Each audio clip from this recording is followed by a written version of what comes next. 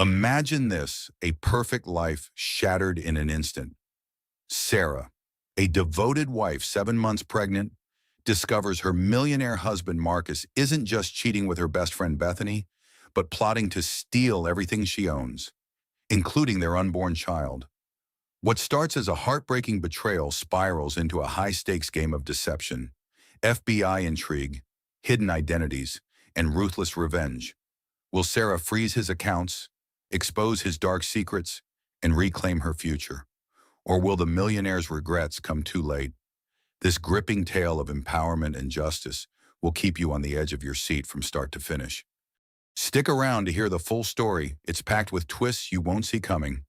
If you're loving this drama as much as I am, smash that like button, drop a comment with your predictions, share it with a friend who needs some revenge inspiration, and hit subscribe for more thrilling stories every week. Let's dive in. Sarah Chen Rodriguez adjusted her designer maternity dress for the third time as she sat in the plush waiting room of Manhattan's most exclusive obstetrics clinic at 7 months pregnant. She still couldn't believe how blessed she was. Her husband Marcus had built a tech empire worth millions. Their Hamptons estate was featured in Architectural Digest, and their marriage seemed like something out of a fairy tale. Mrs. Rodriguez. The nurse's voice cut through her daydreaming. Dr. Morrison will see you now. Sarah smiled, placing her hand protectively over her rounded belly. This pregnancy had come as a surprise after years of trying, but at 38, she felt like she was finally living her purpose. After leaving her marketing career to support Marcus's business ventures, motherhood would give her life new meaning. The ultrasound gel felt cold against her skin as Dr. Morrison moved the wand across her stomach. Everything looks perfect. Sarah, your little boy is developing beautifully. Sarah's eyes filled with tears of joy as she watched her son move on the monitor. This was the moment she dreamed of her entire adult life. The perfect husband, the perfect home, and now the perfect baby. I just need to update your emergency contacts, the nurse said, pulling up Sarah's file on her tablet. Let's see. We have Marcus Rodriguez as primary contact, and the nurse paused, frowning at the screen.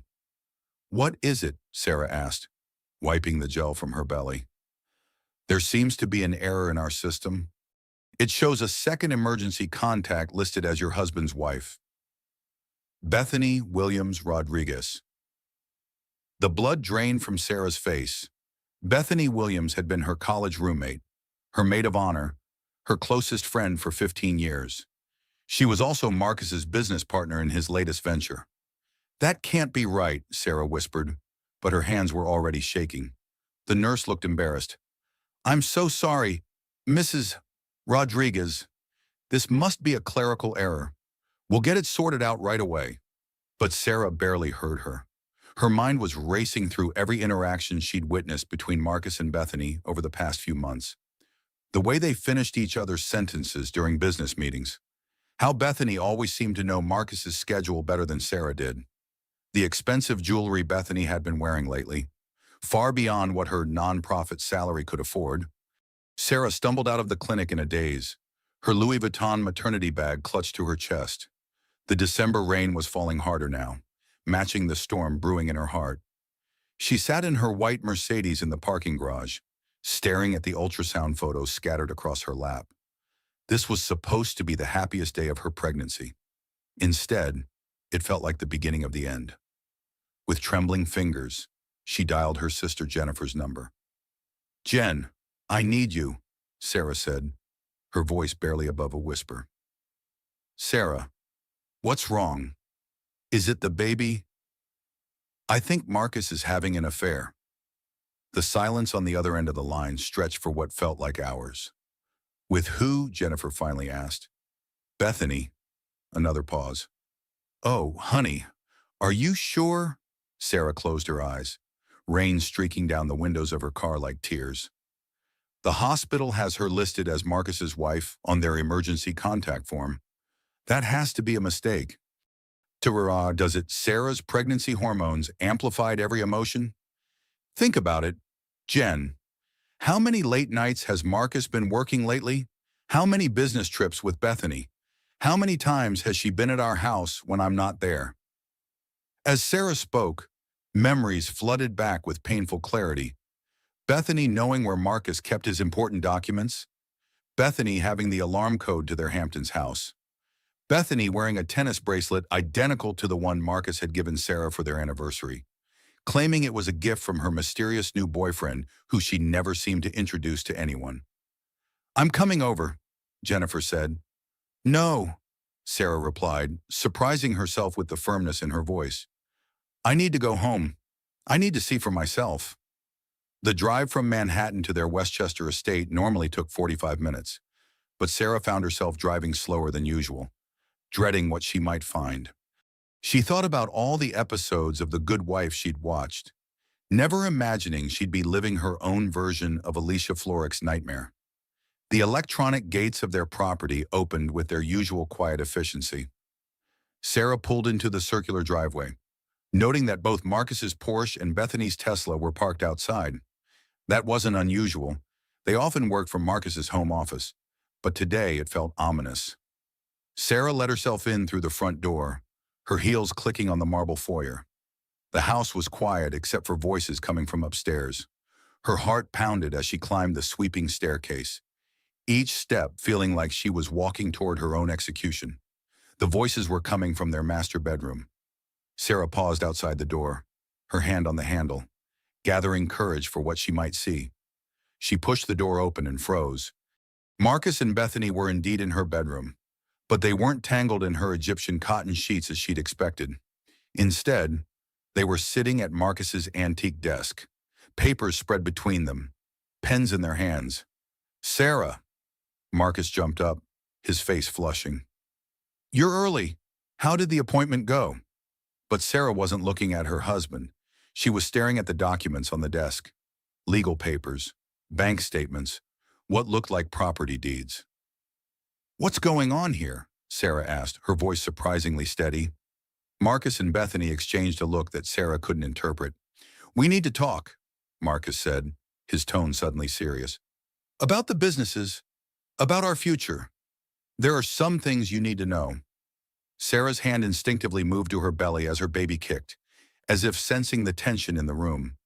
Whatever was happening here, it was bigger than an affair, much bigger, and somehow that terrified her even more. Sarah sank onto the velvet chaise lounge at the foot of their bed, her designer maternity clothes suddenly feeling like a costume for a role she no longer understood. "What kind of thing?" She asked, though part of her already knew she didn't want to hear the answer. Marcus ran his hands through his perfectly styled hair, a gesture Sarah had once found endearing, but now seemed calculated. "The IRS has been investigating some of our overseas investments," he began. "Bethany and I have been working to protect our assets, to protect you and the baby." Bethany, who had been unusually quiet, finally spoke up. "Sarah, you know how much Marcus loves you. Everything we've been doing is to make sure you and the baby are taken care of." The way Bethany said it made Sarah's skin crawl. There was something in her tone, something proprietary, as if she had a right to make decisions about Sarah's family. "What exactly have you been doing?" Sarah asked. Marcus gestured to the papers on the desk. "Moving money into more secure accounts, restructuring the business partnerships, standard wealthy family financial planning." But Sarah had worked in marketing for 10 years before her marriage. She understood business, even if Marcus had gradually excluded her from his financial decisions. What she was looking at didn't seem standard at all. "Why wasn't I included in these discussions?" Sarah asked. "These are my assets too, aren't they?" Another look passed between Marcus and Bethany. This time, Sarah caught it fully. It was the look of two people who shared secrets, two people who had been making plans without her. "Of course they are, darling," Marcus said, but his voice lacked conviction. "We just wanted to handle the complicated parts before involving you. You're pregnant. You shouldn't be stressing about financial details." Sarah felt a surge of anger that surprised her with its intensity. "Since when do you make decisions about what I should or shouldn't be stressed about?" "Since you became carrying my heir," Marcus replied, and something in his tone made Sarah's blood run cold. Your heir, Sarah repeated. You mean our son? Of course, that's what I meant. But Sarah was remembering things now. How Marcus had insisted on a prenuptial agreement that seemed one-sided at the time, but that her lawyer had assured her was standard for wealthy families. How he'd gradually convinced her to quit her job and focus on supporting his career. How her name had been removed from various accounts over the years for what he'd called tax purposes. I want to see all the documents, Sarah said, standing up with effort. I want to understand exactly what's been done with our money. Sarah, you don't need to worry about, Bethany started. I wasn't talking to you, Sarah snapped, her pregnancy hormones finally boiling over. In fact, why are you even here? Why are you in my bedroom, making decisions about my husband's business? Bethany's mask slipped for just a moment, and Sarah saw something ugly underneath.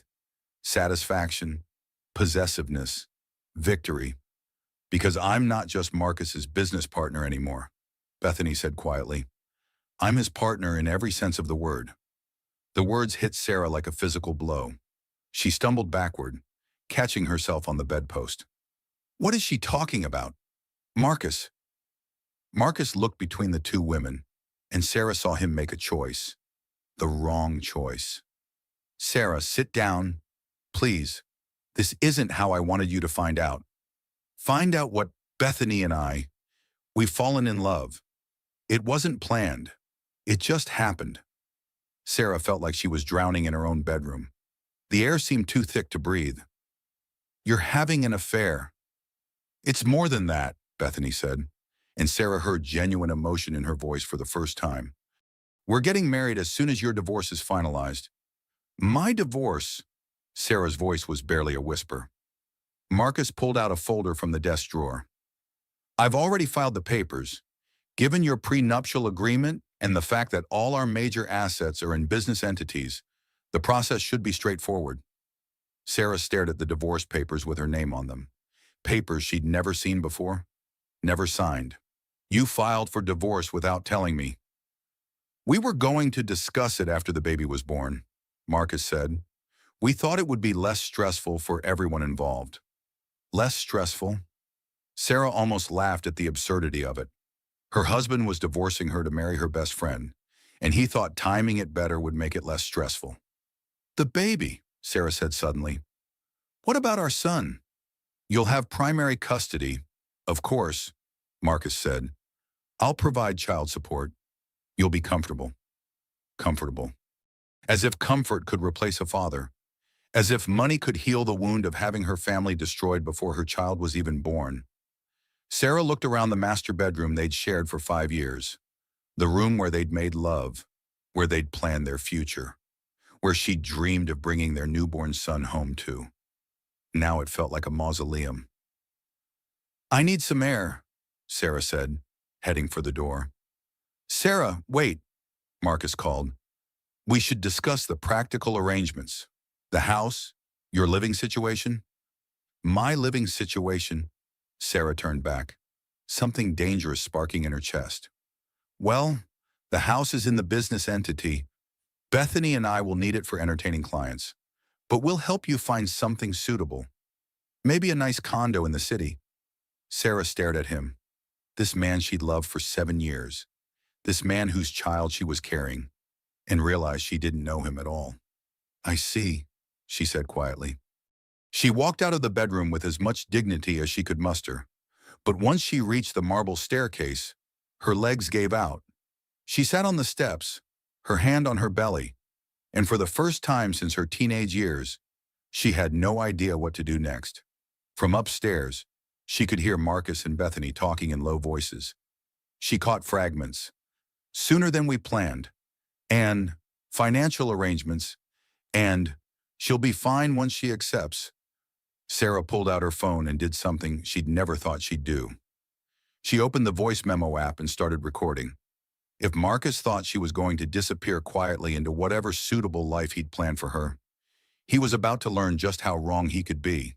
Because Sarah Chen Rodriguez had built a successful marketing career before she'd ever met Marcus. She understood strategy, she understood leverage, and she was about to get a very expensive education in both. The only question was whether she could learn fast enough to save herself and her son. 3 weeks had passed since Sarah discovered the betrayal, and she'd spent every day trying to understand the true scope of what Marcus and Bethany had done. What she'd found was worse than infidelity. It was systematic financial destruction. Sarah sat in the office of Patricia Wells, the divorce attorney Jennifer had recommended, surrounded by boxes of documents she'd managed to gather before Marcus changed the locks on his home office.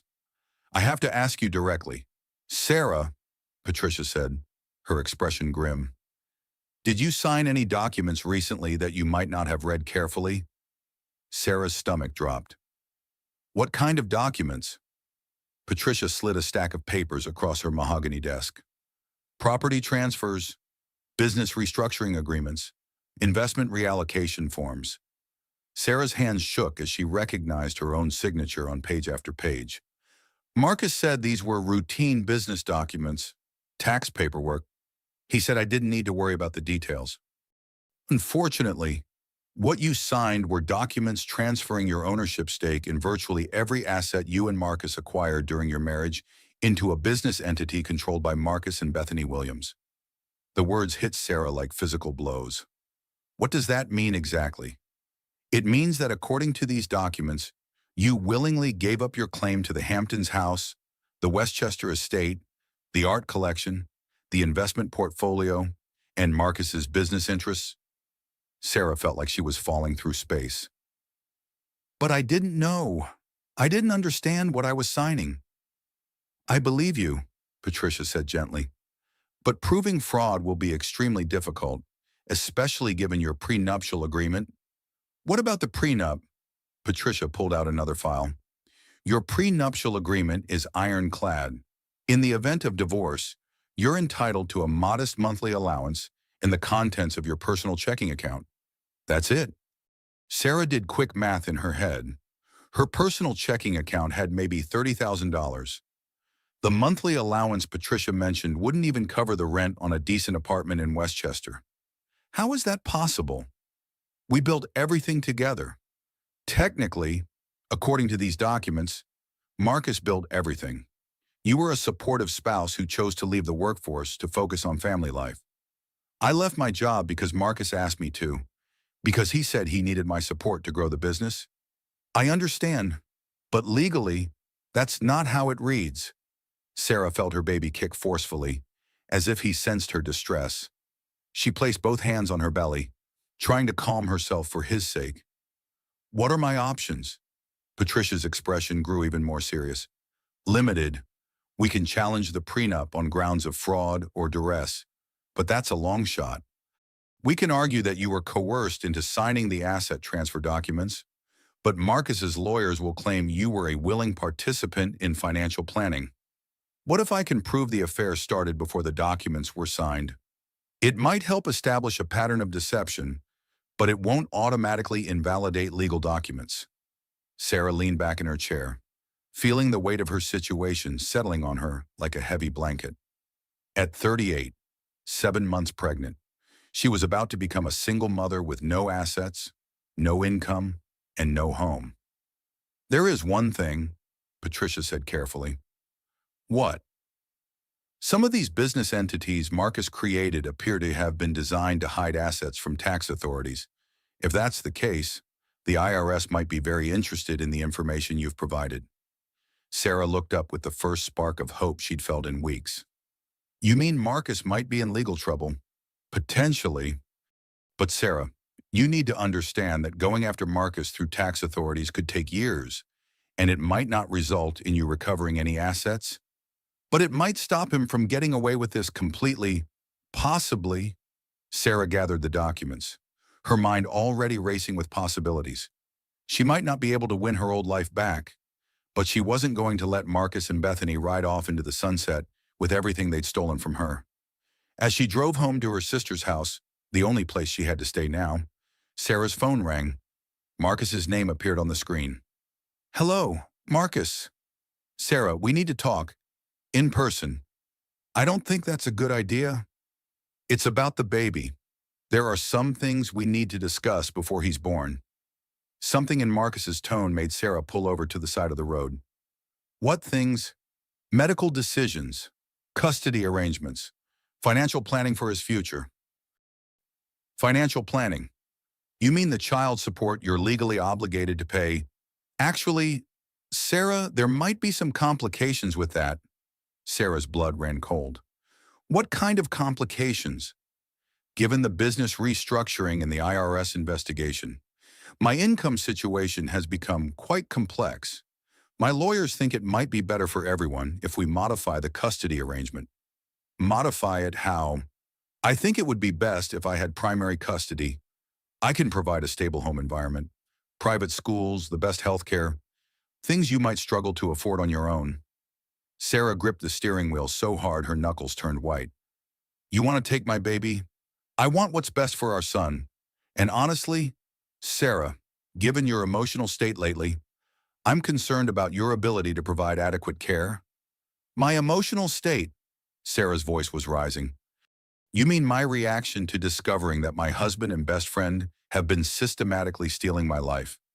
That's exactly what I mean. The paranoia, the anger, the inability to accept reality. It's not healthy for you or the baby. Sarah realized what Marcus was doing. He wasn't just stealing her assets. He was building a case to steal her child. I have to go, she said. Sarah, wait. We should discuss. She hung up and immediately called Patricia Wells. Patricia, it's Sarah Rodriguez.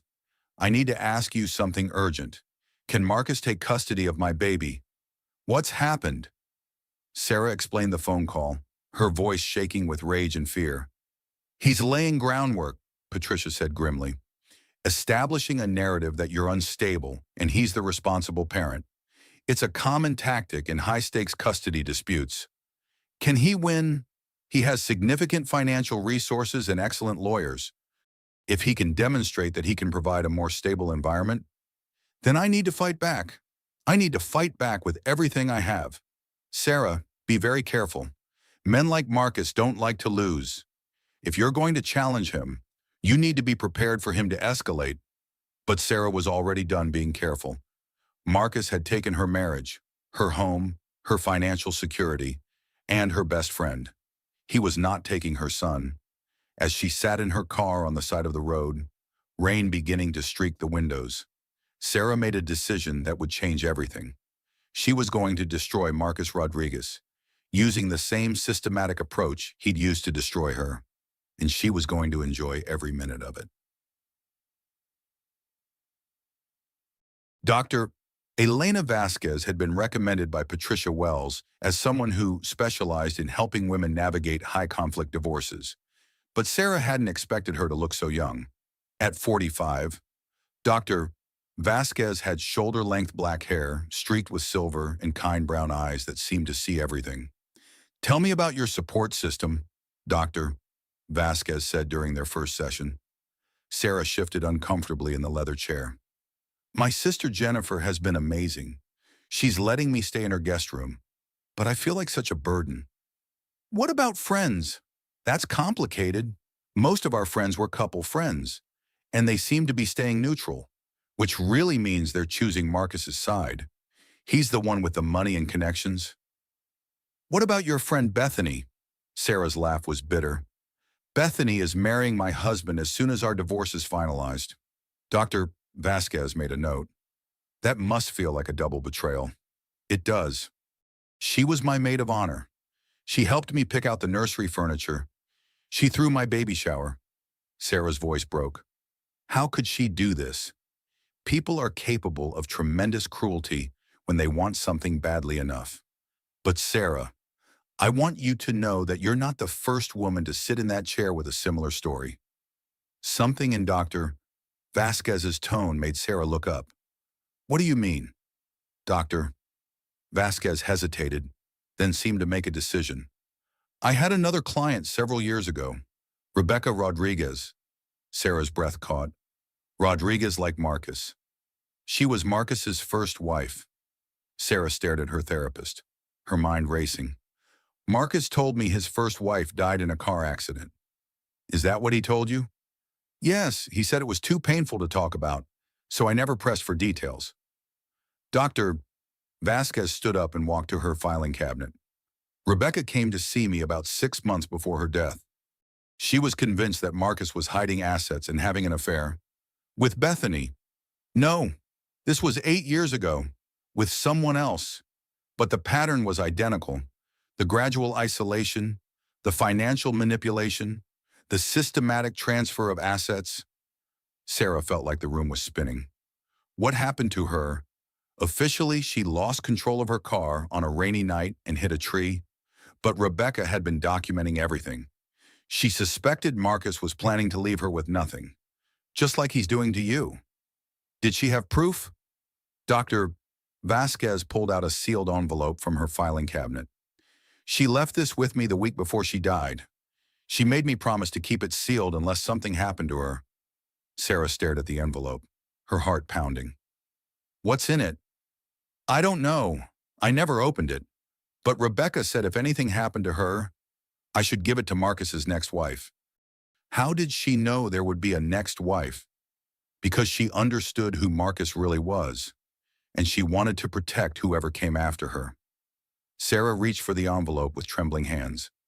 Her name was written on the outside in careful script for Marcus's next victim. Are you ready to see what's inside, Dr. Vasquez asked gently. Sarah nodded, though her hands were shaking as she opened the seal. Inside was a flash drive, a handwritten letter, and copies of several documents. Sarah read the letter first. If you're reading this, it means Marcus is destroying your life the same way he destroyed mine. I'm sorry I couldn't stop him, but maybe I can help you fight back. The flash drive contains recordings of phone calls between Marcus and his offshore banking contacts. The documents show how he hides assets and manipulates financial records. Don't let him take everything. You deserve better. Rebecca. Sarah looked up at Dr. Vasquez, who was watching her carefully. She knew, Sarah whispered. She knew he would do this again. Domestic financial abuse follows predictable patterns. Men like Marcus are repeat offenders. Sarah clutched the flash drive. This could be evidence of financial fraud. It could be, but Sarah, you need to be very careful about how you use this information. If Marcus is as dangerous as Rebecca believed, you think he killed her. Dr. Vasquez chose her words carefully. I think Rebecca was a very intelligent woman who understood the risk she was taking. She still chose to document everything. Sarah thought about Marcus's phone call, his threats about custody, his systematic destruction of her financial security. If he'd done this before, if Rebecca had died trying to expose him. I need to be smarter than Rebecca was, Sarah said. What do you mean? I need to use this information without him knowing I have it. I need to be strategic. Dr. Vasquez leaned forward. Sarah, promise me you won't do anything dangerous. Men who are used to controlling women don't react well when that control is threatened. But Sarah was already formulating a plan. If Marcus thought she was just another helpless wife he could discard, he was about to learn otherwise. Dr. Vasquez, I need to ask you something. If I found evidence of financial crimes, who would I contact? The FBI has a white-collar crime division. But Sarah, would they protect me if I became a whistleblower? Potentially, but there are no guarantees. Sarah stood up, suddenly energized for the first time in weeks.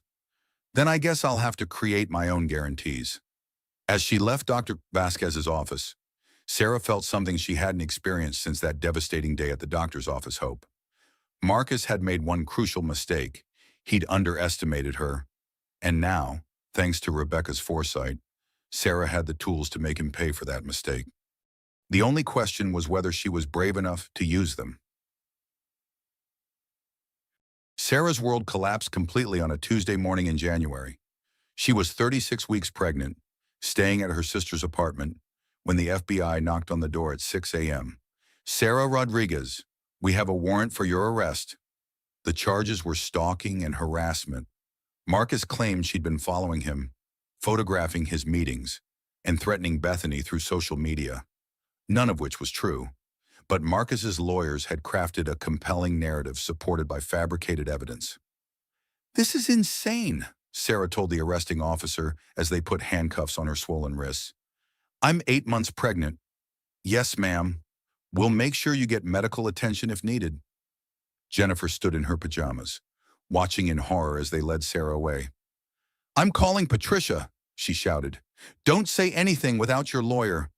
But Patricia Wells couldn't help from a jail cell. Sarah spent 6 hours in processing, her belly making it difficult to sit in the metal chairs, before she was finally allowed to make a phone call. Patricia, they're saying I stalked Marcus. They have photos of me at places I've never been. It's a setup, Sarah. Marcus is trying to establish that you're unstable and dangerous. But don't worry, we'll get you out on bail. Except bail was set at $200,000, far more than Sarah could possibly afford. She spent the next 3 days in jail, sleeping on a narrow cot, eating prison food that made her nauseous, and worrying constantly about her baby. Her cellmate was a woman named Rosa Martinez, in her 60s, with graying hair and gentle hands that had clearly seen hard work. What are you in for, mija? Rosa asked on Sarah's second night. My husband says I stalked him, but I didn't. He's trying to take my baby. Rosa nodded knowingly. Rich men always got ways to make women disappear when they want something new. Did you ever watch The Good Wife? Sarah asked. There's this character, Alicia Florrick, whose husband is a politician who gets caught in scandals, but she stays strong and builds her own law career. I don't watch much TV, Rosa said, but I know about staying strong. My grandmother used to say something that might help you. What? She said that Maya Angelou lady had it right. You may not control all the events that happen to you, but you can decide not to be reduced by them. Sarah felt tears streaming down her face. I feel pretty reduced right now. That's because you're in the middle of the storm, mija. But storms pass. And when they do, you either come out stronger or you come out broken. That's your choice to make. On Sarah's third day in jail, while she was meeting with a public defender, Patricia Wells could no longer afford to represent her. Sarah felt the first sharp pain in her lower back. I think something's wrong, she told the public defender.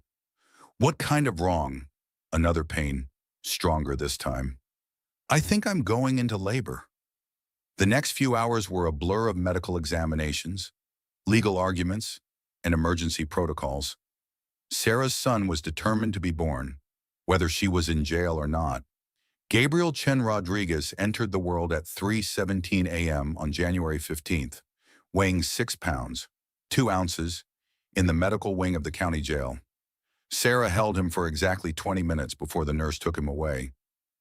Where are they taking him? Sarah asked, though she already knew. Mr.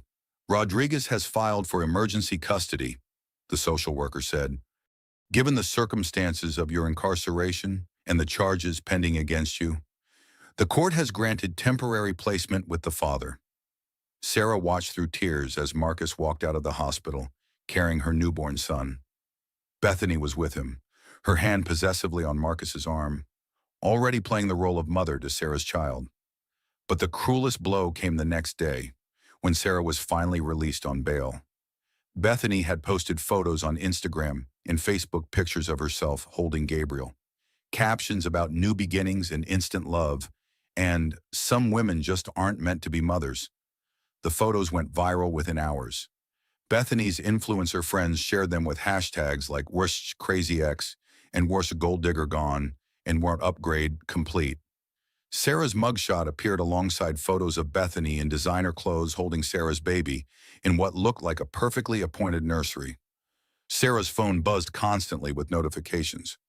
Strangers were commenting on her life, calling her names, making assumptions about her character based on carefully curated social media posts. The final humiliation came when her 18-year-old daughter Emma called. Mom, I can't deal with this anymore, Emma said, her voice cold. Everyone at school has seen the photos. Everyone knows my mom is the crazy pregnant lady who went to jail for stalking her husband. Emma, none of that is true. Your stepfather is lying. Stop calling him my stepfather. Marcus paid for my education, my car, my college tuition, and now you're trying to destroy him because you can't handle him being happy with someone else. Emma, please, I don't want to talk to you anymore. Mom, you're embarrassing our whole family. The line went dead. Sarah sat in Jennifer's guest room, staring at her phone, feeling like she'd hit rock bottom. Her husband had taken her money, her home, her baby, and now her daughter. The internet thought she was a mentally unstable gold digger. She had no resources, no support system, and no idea how to fight back. But as she scrolled through the cruel comments and mocking memes, something unexpected happened. She started getting private messages from other women. My ex did something similar to me. Stay strong. I believe you. Rich men get away with everything, but sometimes they slip up. There are people who want to help. Don't give up. One message stood out. It was from someone named Rebecca, Cornegos 47. Check your hospital bag. I left you something that might help. Use it wisely. Sarah frantically searched through the few belongings she'd been allowed to take from the hospital. Hidden in a side pocket of the diaper bag was a small flash drive she'd never seen before. Her hands shook as she plugged it into Jennifer's computer. The drive contained financial records, recorded phone conversations, and documentation of offshore accounts that made Marcus's tax fraud look like child's play. He wasn't just hiding money from the IRS. He was laundering money for international criminal organizations. Sarah realized that Rebecca, Marcus's supposedly dead first wife, was still alive, still watching, still protecting other women from the man who had tried to destroy them both. And now Sarah had the tools to destroy Marcus Rodriguez once and for all. The only question was whether she was strong enough to use them without getting herself killed in the process. FBI Special Agent Maria Santos didn't look like what Sarah had expected. She was petite, probably in her early 40s, with short black hair and intelligent brown eyes that seemed to catalog every detail of their surroundings. They met at a small coffee shop in Brooklyn, far from Sarah's usual haunts in Westchester. Thank you for agreeing to meet with me, Sarah said, nervously sliding the flash drive across the small table. Agent Santos pocketed the drive without looking at it. Before we go any further, I need you to understand the risks you're taking. If even half of what you've told me is true, Marcus Rodriguez is connected to some very dangerous people. More dangerous than losing my son forever. Agent Santos studied Sarah's face. We've been investigating Marcus and his business associates for 3 years. Until now, we haven't had anyone close enough to the inner circle to provide actionable intelligence. So you'll help me. I'll help you help us. But Sarah, you need to understand that this isn't about getting your assets back or winning a custody battle. This is about dismantling a criminal organization that's been operating for over a decade. Sarah thought about Gabriel, now 6 weeks old, living in her former home with Marcus and Bethany. She thought about Emma, who still refused to speak to her. She thought about Rebecca, whoever she was, still hiding from a man who tried to kill her. What do you need me to do? Agent Santos pulled out a tablet and showed Sarah a series of photographs. These are Marcus's known associates: Victor Petrov, arms dealer; Chen Wei, human trafficking; Isabella Romano, money laundering. If Marcus is working with these people, your flash drive might contain evidence that could put them all away for life. What would that mean for Marcus? Life in prison, if we can make the charges stick. Sarah felt a surge of satisfaction that surprised her with its intensity. And what would it mean for me? Witness protection, potentially, a new identity, relocation, complete separation from your old life. What about Gabriel? If Marcus is convicted of the crimes we suspect, you'd have a strong case for regaining custody. But Sarah, you need to understand that going after these people means you can never go back to being Marcus Rodriguez's ex-wife. You'll be Sarah Chen again, permanently. Sarah thought about the woman she'd been 6 months ago, the woman who worried about which charity gala dress to wear, who spent her days shopping and lunching and planning dinner parties for Marcus's business associates. That woman felt like a stranger now. I want to do it, Sarah said. Are you sure once we start this process, There's no backing out. These people don't forget, and they don't forgive. They already destroyed my life. At least this way, I can make sure they don't destroy anyone else's.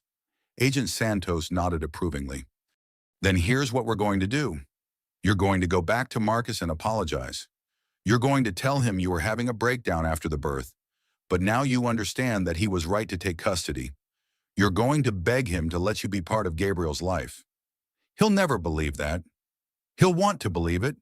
Men like Marcus need to feel powerful, need to feel like they've won completely.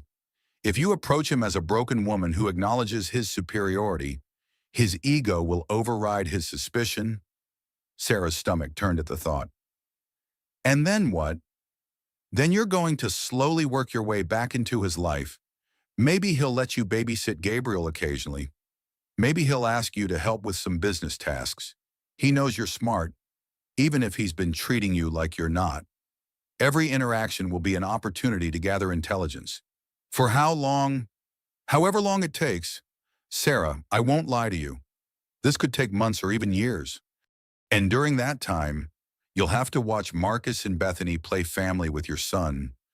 You'll have to smile and be grateful for whatever scraps of access they give you.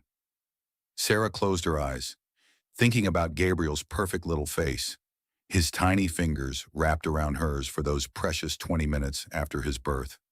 I can do it, she said. There's one more thing. We'll need to set you up with resources. You can't do this effectively if you're worried about rent money and basic survival. I don't have any money. The FBI has ways of handling that. We'll set up a consulting business for you, something that explains a modest but steady income, maybe marketing consulting for small businesses. It'll give you flexibility and legitimate reasons to travel if needed. For the first time since Gabriel's birth, Sarah felt something like hope. When do we start one on tomorrow? But Sarah, I need you to promise me something. If at any point you feel like you're in physical danger, you call me immediately. Don't try to be a hero. These people have killed for much less than what you're attempting. Sarah nodded, though part of her wondered if she wasn't already dead in every way that mattered. The Sarah who had trusted Marcus, who had believed in fairy tale marriages and happy endings, had died in that hospital corridor when she watched him walk away with her son. What was left was someone harder, someone angrier, someone who had nothing left to lose. And that, Sarah realized, made her very dangerous indeed.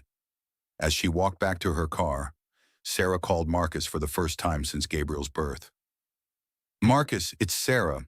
I think I owe you an apology. The meeting took place at Marcus's office in Manhattan, a gleaming tower that reached toward the sky like a monument to his success.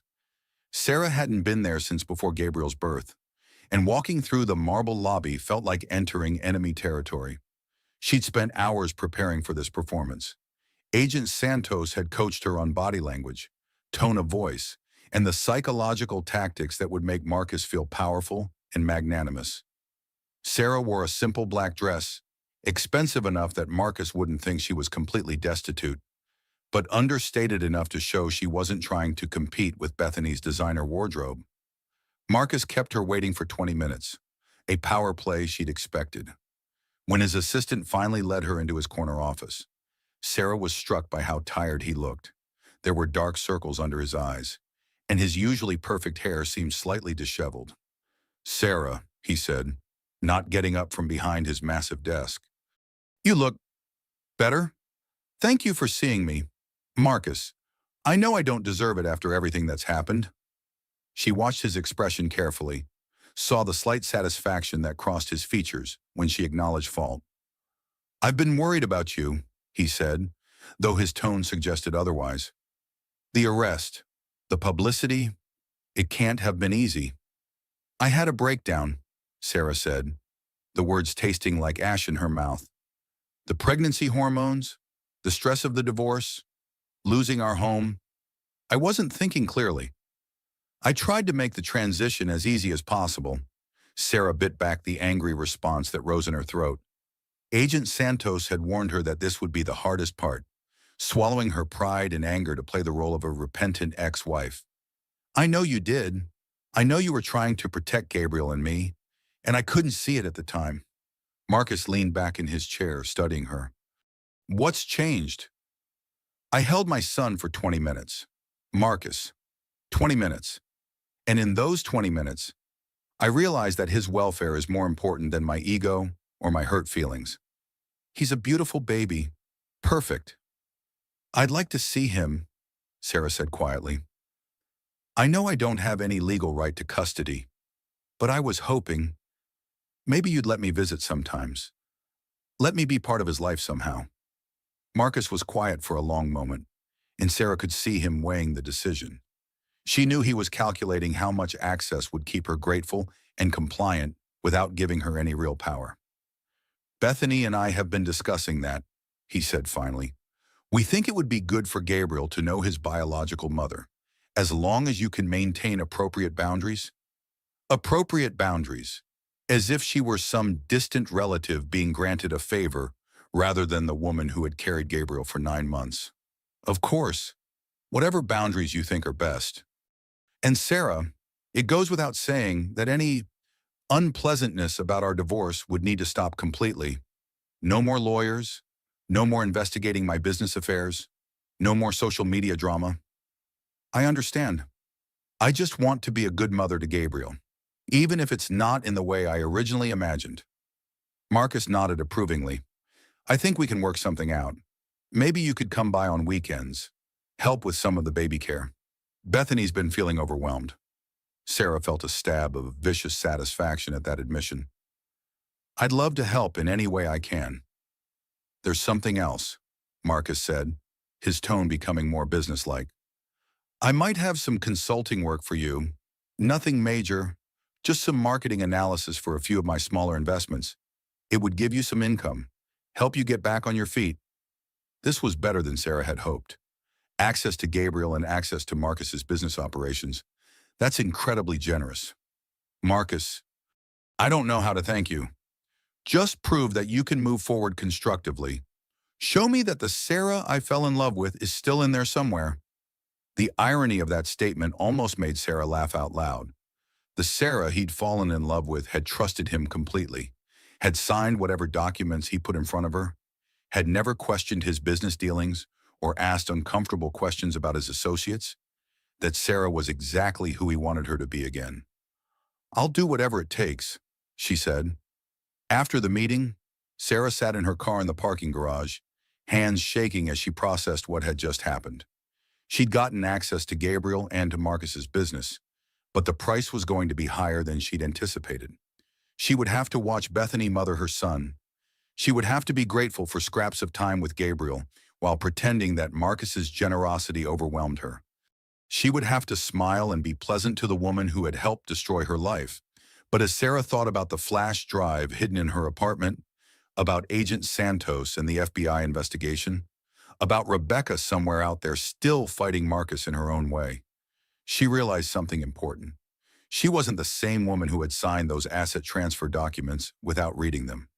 She wasn't the trusting wife who had believed Marcus's lies about protecting their family. She was someone harder now, someone who understood exactly how cruel people could be when they wanted something badly enough. And Marcus Rodriguez was about to discover that he'd created his own worst enemy. 2 days later, Sarah received her first babysitting assignment. She was to come to the house, her former home, on Saturday afternoon to watch Gabriel while Marcus and Bethany attended a charity gala. As she stood on the doorstep of the house she'd once considered her sanctuary, Sarah took a deep breath and reminded herself why she was there. This wasn't about getting her old life back. This was about justice, and justice, Sarah was learning, required patience, strategy, and a willingness to sacrifice everything for the chance to make things right. 6 months of playing the role of grateful ex-wife had nearly broken Sarah's spirit, but it had also given her everything Agent Santos needed. She had documented financial transactions, recorded phone conversations, and photographed documents that proved Marcus was laundering money for international criminal organizations. The breaking point came on a humid July evening when Sarah was babysitting Gabriel. At 7 months old, he was starting to smile and laugh. And every sound he made was like a knife in Sarah's heart. This should have been her everyday life, not a precious few hours stolen when Marcus and Bethany had other plans. She was feeding Gabriel his bottle in the nursery when she heard voices from Marcus's office downstairs.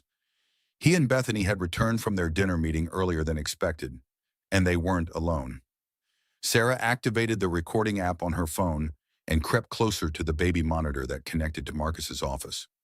She'd placed it there months ago, claiming it was for Gabriel's safety when he napped in his portable crib during business meetings. The shipment from Romania was intercepted. A man with a heavy accent was saying, "Someone tipped off the authorities." "That's the third shipment this month," Marcus replied, his voice tight with stress. "We have a leak somewhere in the organization. Or the FBI is getting closer than we thought," Bethany added. Sarah's blood went cold. If they suspected FBI involvement, her cover might be blown. "I've been thinking about Sarah," Marcus said, and Sarah nearly dropped her phone. "What about her?" Bethany's voice was sharp with jealousy. "Even after all these months, she's been very helpful with the consulting work. Almost too helpful. She's asking intelligent questions, providing insights that go beyond basic marketing analysis." "You think she suspects something?" "I think Sarah is smarter than I gave her credit for. And desperate people sometimes do desperate things." Sarah heard footsteps and quickly returned to the nursery, her heart pounding. She positioned herself in the rocking chair, Gabriel in her arms, trying to look like she'd been there the entire time. Marcus appeared in the doorway, his expression unreadable. "How's he doing?" Marcus asked. "Perfect angel," Sarah replied, proud that her voice stayed steady. "He just finished his bottle." Marcus stepped into the room, and Sarah noticed something in his jacket pocket that made her blood freeze. The outline of a gun. "Sarah, we need to talk." "Of course. Should I put Gabriel down first?" "No. Bring him." Marcus led her downstairs to his office, where Bethany was waiting with two men Sarah didn't recognize. Large men with cold eyes and expensive suits. "Sarah, I want you to meet Victor and Chen. They're business associates of mine." Sarah recognized the names from Agent Santos's briefing. Victor Petrov and Chen Wei, arms dealer and human trafficker. If they were here, in Marcus's home office, then whatever was about to happen was very serious indeed. "Sit down," Marcus said, gesturing to the chair across from his desk. Sarah sat carefully, Gabriel still in her arms, acutely aware that her son was now in the same room as some of the most dangerous criminals in the world. "Sarah, I'm going to ask you a direct question, and I need you to give me an honest answer." "Of course. Are you working with federal agents?" Sarah's training with Agent Santos kicked in. The key to surviving an interrogation was to stay as close to the truth as possible while omitting crucial details. "Marcus, I don't understand. Federal agents about what? About my business dealings? My financial arrangements?" "The only federal agent I've ever spoken to was the public defender when I was arrested. And that was about my stalking charges, not your business." It was technically true. She'd never spoken to Agent Santos about Marcus's business dealings in an official capacity. All their conversations had been about her cooperation with an ongoing investigation. Marcus studied her face carefully. "Victor thinks we have a problem. Several of our associates have been arrested in the past few months. Someone is providing information to law enforcement." "I wouldn't know anything about that," Sarah said. "I've been focused on getting my life back together and being the best mother I can be to Gabriel." Chen Wei spoke for the first time, his English heavily accented but clear. "Women make excellent informants. They are underestimated, trusted with sensitive information." "Sarah isn't smart enough to be an informant," Bethany said dismissively. "She can barely manage her own finances." Sarah felt a flash of anger at the insult, but she forced herself to look hurt rather than furious. "I just want to take care of my son," she said quietly. Victor pulled out his phone and showed Sarah a photograph. It was her, taken from a distance, entering the coffee shop where she'd met Agent Santos 6 months ago. "Can you explain this?" Victor asked. Sarah's mouth went dry, but she forced herself to think. The coffee shop was in Brooklyn, far from anywhere she would normally go. but it was also near a client she'd been consulting for through her FBI-created marketing business. I was meeting with a client, Sarah said. Brooklyn Community Wellness Center. They're one of my consulting accounts. Marcus pulled out his laptop and typed quickly. Sarah's been doing marketing work for several nonprofits, he said after a moment. The Wellness Center is one of them. Sarah nearly wept with relief. Agent Santos had been thorough in creating her cover story, but Victor wasn't satisfied. There were other photographs, you meeting with people, having conversations that looked very serious. My therapist recommended I join a support group for divorced women, Sarah said, which was also technically true. Dr. Vasquez had suggested several support groups, though Sarah had never attended them. I've been trying to work through my anger and depression so I can be a better mother. Marcus's expression softened slightly. You've been in therapy. Yes, Dr. Vasquez has been helping me understand why I reacted so badly to our divorce. I realize now that I was wrong to fight you, wrong to try to keep you from moving on with Bethany. Bethany preened at the acknowledgement, and Sarah saw Marcus relax further, but Chen Wei was studying Gabriel, who was starting to fuss in Sarah's arms. Beautiful baby, he said. It would be tragic if something happened to him. The threat was unmistakable. Sarah's arms tightened around Gabriel protectively. Nothing is going to happen to Gabriel, Marcus said firmly. He's my son.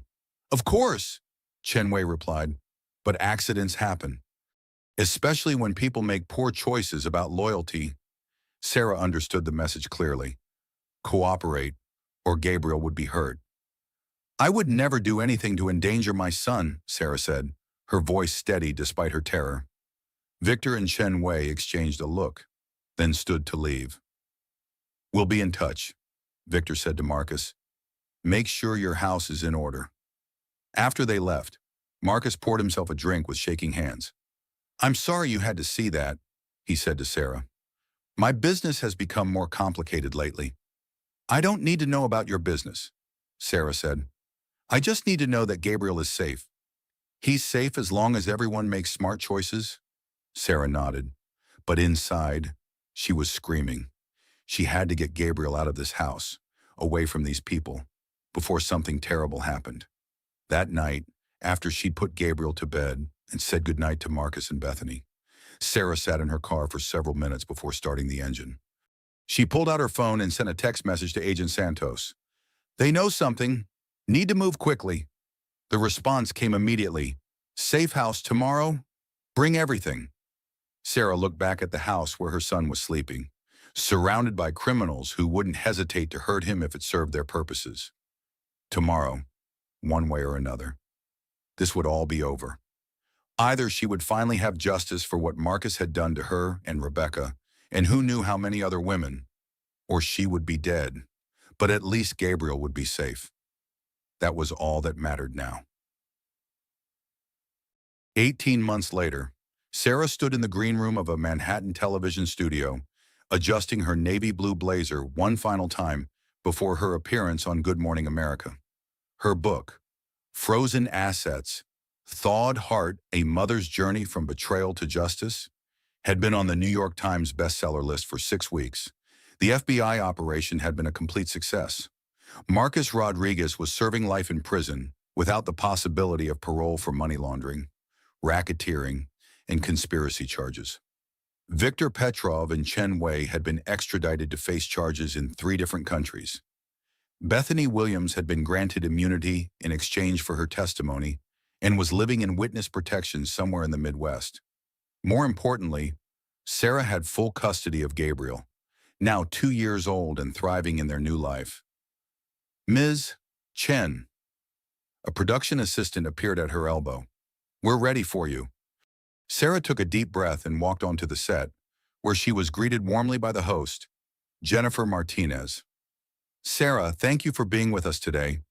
Your story is absolutely incredible, and your book is inspiring so many women who find themselves in similar situations. Thank you for having me. Jennifer, if my story can help even one woman recognize the signs of financial abuse and domestic manipulation, then everything I went through was worth it. Tell us about the Sarah Chen Foundation. Sarah smiled, thinking about the organization she'd built over the past year. We provide legal and financial resources to women who are being victimized by wealthy, powerful men. We've helped over 300 women escape abusive situations and reclaim their assets. And I understand you're engaged to be married again.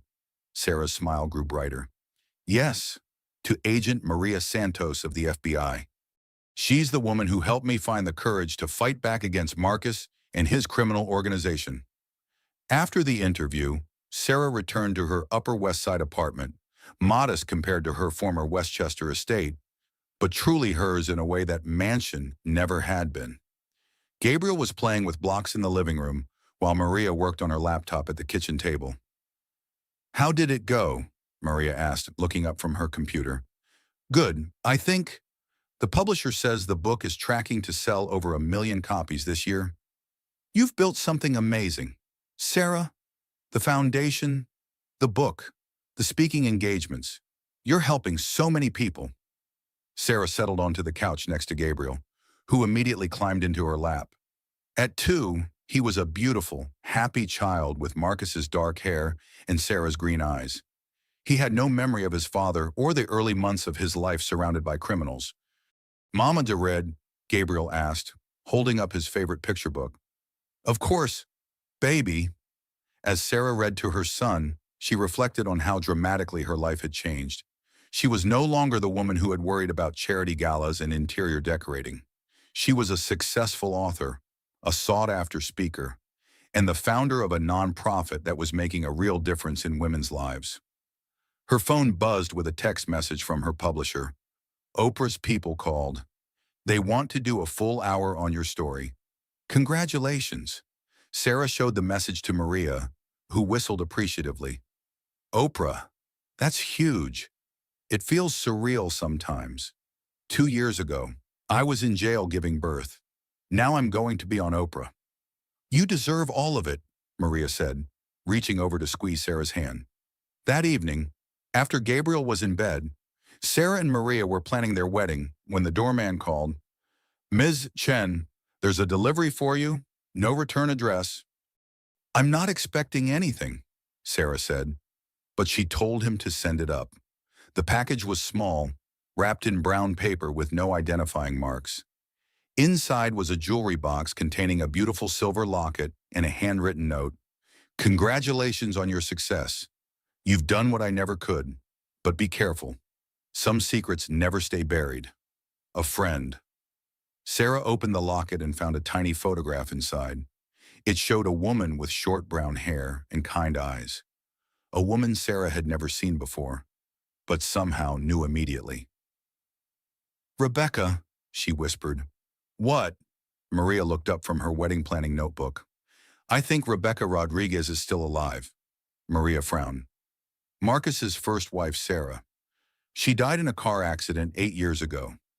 Did she or did she fake her death to escape from Marcus? Sarah showed Maria the locket and the note. As an FBI agent, Maria's expression immediately became serious. Sarah, if Rebecca Rodriguez is alive and has been hiding for 8 years, there's a reason. You need to be very careful about this. But Sarah was remembering her conversation with Dr. Vasquez, the flash drive that had appeared in her hospital bag, the mysterious messages she'd received during her darkest days. Someone had been helping her all along. What if she's been protecting me? What if she's been protecting other women from Marcus? Then she's been operating outside the law for 8 years. That makes her dangerous, even if her intentions are good. Sarah studied the photograph in the locket. Rebecca looked like someone who had seen too much, someone who had made hard choices and lived with the consequences. I want to meet her. Sarah, no. You have a good life now. You have Gabriel. You have your work. You have us. Don't go looking for trouble. But Sarah was already thinking about how to find Rebecca Rodriguez. Because if Marcus's first wife was alive, she might have information about other victims, other crimes, other women who needed help. And Sarah Chen was no longer the kind of woman who walked away from people who needed help. 2 days later, Sarah received another package, This one contained a simple business card with an address in Brooklyn and a time, Saturday 3 p.m. Sarah looked at the card for a long time, thinking about the choice she was facing. She could ignore it, focus on her new life, and pretend that Rebecca Rodriguez was just a ghost from Marcus's past. Or she could find out what other secrets Marcus had taken to his grave. Saturday was 3 days away. Sarah made her decision. The address led Sarah to a small coffee shop in Brooklyn Heights, the kind of place where freelancers worked on laptops and young mothers met for playdates. Sarah arrived exactly at 3 p.m., scanning the room for someone who matched the photograph in the locket. She spotted her immediately. Rebecca Rodriguez sat in a corner booth, her brown hair now streaked with silver, her face showing the lines of someone who had lived through trauma. But her eyes were alert and intelligent, and when she saw Sarah, she smiled with genuine warmth. "Sarah," Rebecca said, standing to embrace her. "You look exactly like I imagined you would. You've been watching me for years, since before you even knew Marcus was planning to betray you." They sat across from each other, and Sarah studied the woman who had supposedly died in a car accident 8 years ago. "How did you fake your death?"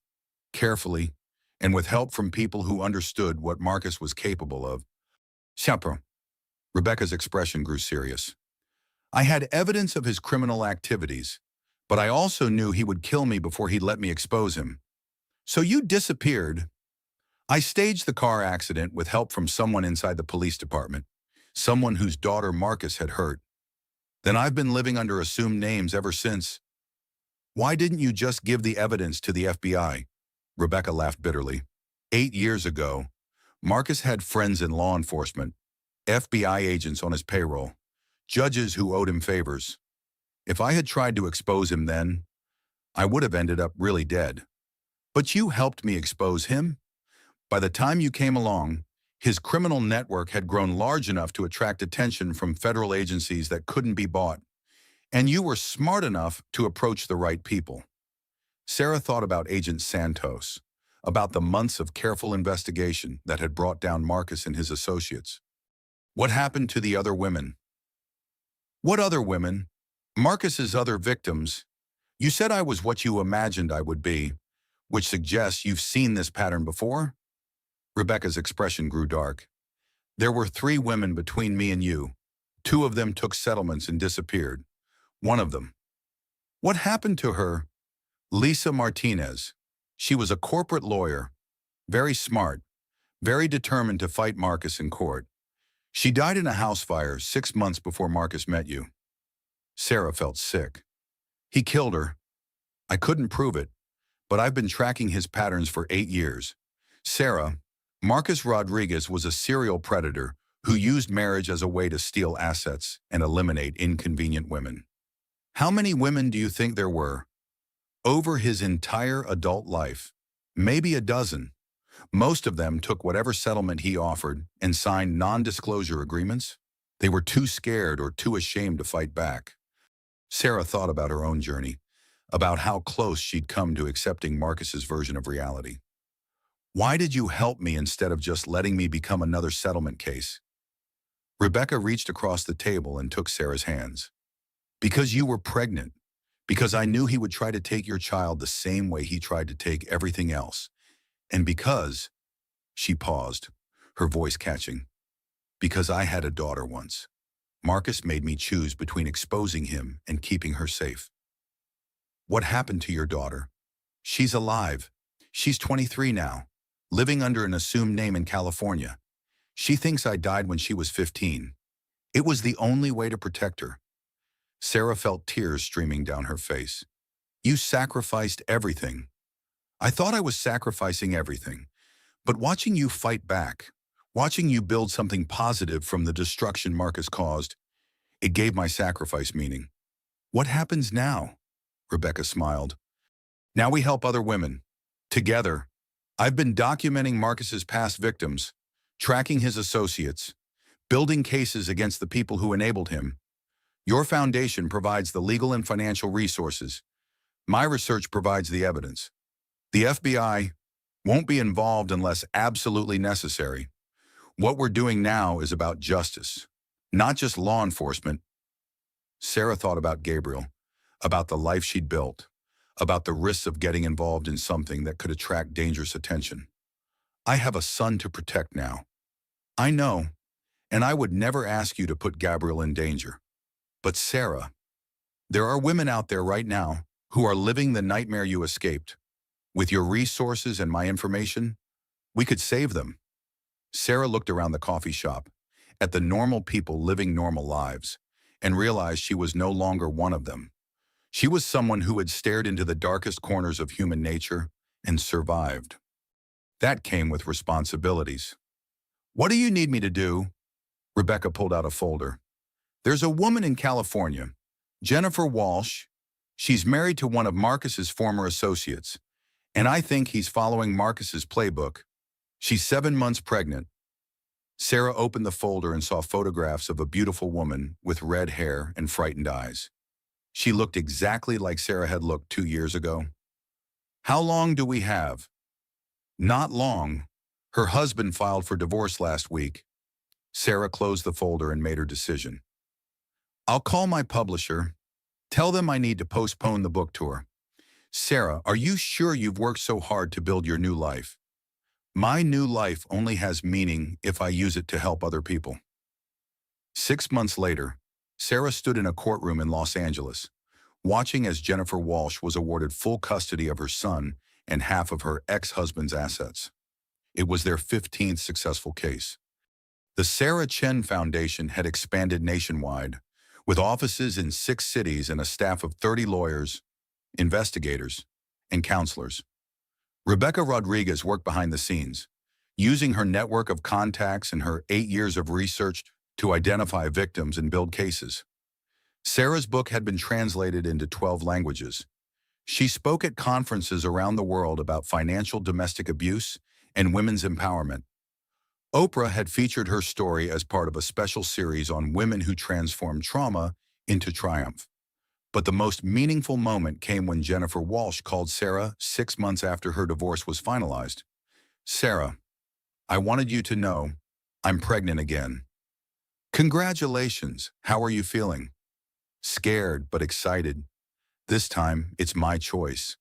I'm with someone who loves me for who I am, not what I can give him. That's wonderful. Sarah, I need you to know something. 2 years ago, I was exactly where you were. Alone, betrayed, convinced my life was over. If you hadn't fought back, if you hadn't built the foundation, if you hadn't shown me that it was possible to start over, I wouldn't have had the courage to save myself. After the call, Sarah sat in her office looking at the photographs on her wall. Pictures of the women they'd helped, the children they'd protected, the lives they'd saved. Her phone buzzed with a text from Maria. Gabriel's first day of preschool went great. He wants to know if you'll read to him when you get home. Sarah smiled, gathering her things to leave the office. She had a son to read to, a wedding to plan, and a life that was fuller and more meaningful than anything she could have imagined during those dark days 2 years ago. But as she walked to her car, Sarah didn't notice the black sedan that had been following her for the past 3 days.